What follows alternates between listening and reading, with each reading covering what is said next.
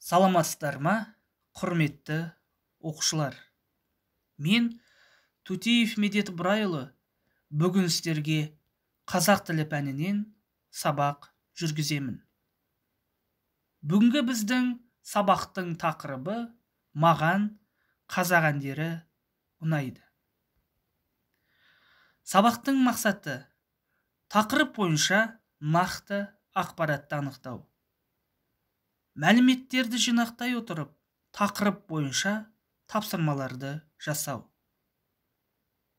Мәліметтерді жинақтай отырып, тақырып бойынша мазмұндау.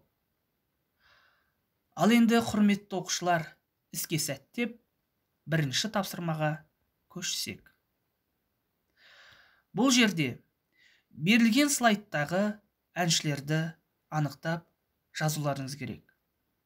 Аты жөндерін қоса жазасыздар. Олардың танымал әндерін жазасыздар. Егер де қай оқушы көп ән жазса, сол оқушыға жақсы деген баға қойылады. Ал енді оқушылар рұқсат болса, әншілермен танысайық. Бірінші суретте Қазақстан Республикасының халық әртісі Ескендір Хасанғалиев. Екінші суретте Қазақстан Республикасының халық әртісі Роза Рымбаева. Үшінші суретте танымал топ Музарт тобы. Төртінші суретте қазақ халқын әлемге танытқан Димаш Құдайбергенов. Төртінші суретте Қазақстан Республикасының халық әншісі Мақпал Жүнісова. Және де соңғысы жас әншіміз Ержан Максим. Ал енді оқушылар, келесі тапсырма. Бұл тапсырмада сіздерге ән қойылады. Сіздер әнді тыңдау арқылы қандай сезімде болдыңыздар, соны эссе түрінде жазып жібересіздер.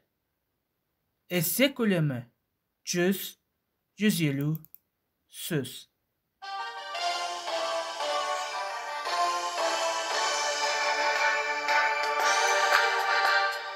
Жасыл жайлау, көкті көлем, көк кілем, кілемде көп аунаймы, көп кілем. Маңдайымнан сыйпап өткен самалды, қазағымды алатанау деп білем. Қайда көрсең атамекен, көкейіңде жатады екен. Күннің өзі ұясына қимай оңай батады екен. Жасыл жайлау, көкті көлем, көк кілем, көк кілемде көп аунаймы, көп кілем. Күннің нұрын, айдың әппақ сәулесі, қазағымны махаббат ау деп білем. Қайда көрсең атамекен, көкейіңде жатады екен. Күннің өзі ұясына қимай оңай батады екен.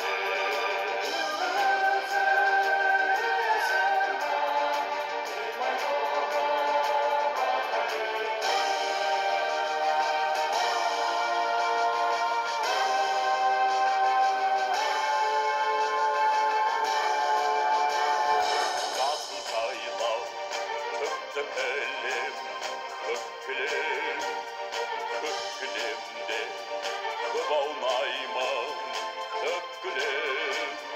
Асқар тауын аспаныммен таласқан, қазағымның мәртебесі ау деп білем.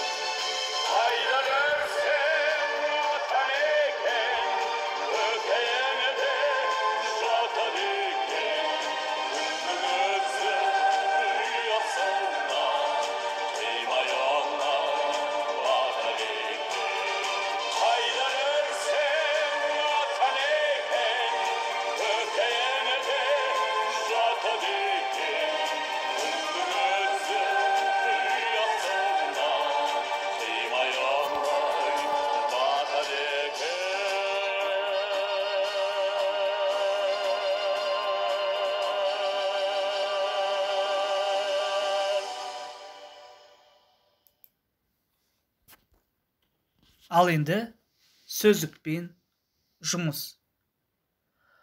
Атамекен сөзі ол родина, ән, песня, мұра, наследие, қошемет, аплодисменты.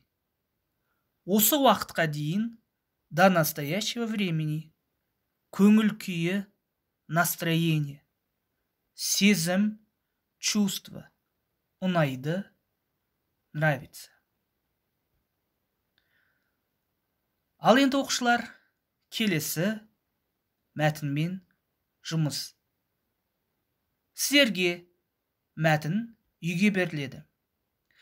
Осы мәтінді оқу, тыңдау арқылы сіздер мәтіннен етістіктің шақтарын және де сын есімдерді тауып, жазып маған жіберулеріңіз керек. Ал енді оқушылар, мен мәтінді оқысам. Қазақ әуендерінің арасында туған жерге, отанға арналған әндер аз емес. Алайда рухты оятып, жігер күш беретін нағыз патриоттық әндер санаулы-ақ. Соның бірі әнші сазгер Қазақстан Республикасының халық әртісі Ескендір Хасанғалиевтің Атамекен әні. Бұл ән қазақ халқының ерекше сүйіспеншілігіне бөленген.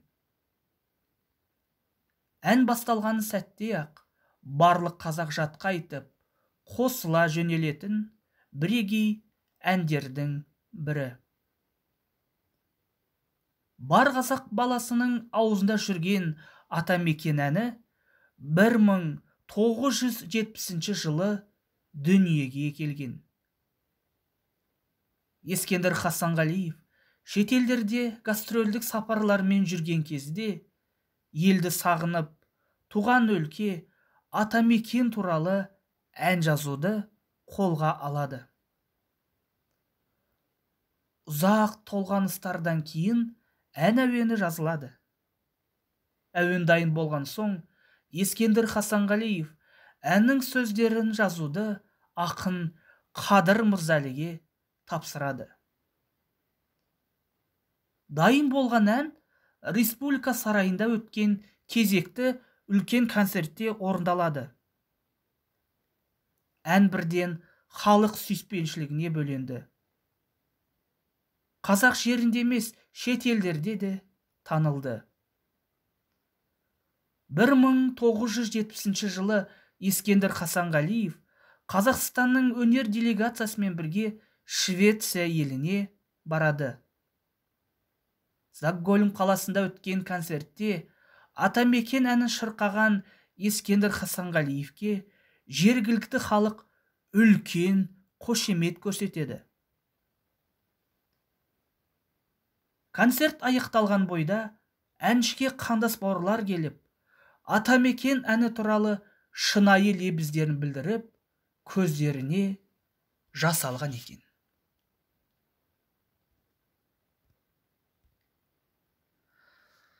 Ал енді оқушылар, жаңа тақырып бойынша 2 шын және 1 факт жазып келтіресіздер.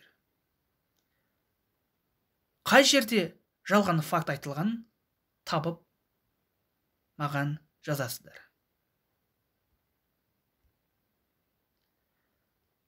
Оқушылар, сабақтың соңына да келдік. Мен жақсы түсіндім, басқаға да түсіндіре алам десеңіздер, онда жасыл нотаны таңдайсыздар. Мен тығырыққа тірелдім, ештеңе түсінбей қалдым десеңіздер, қызыл нотаны таңдайсыздар. Мен түсінемін, бірақ барлық емес десеңіздер, онда сары нотаны таңдап жібересіздер. Құрметті оқушылар, бүгінгі біздің сабағымыз аяқталды. Назар қойып тыңдағандарыңызға көп рахмет.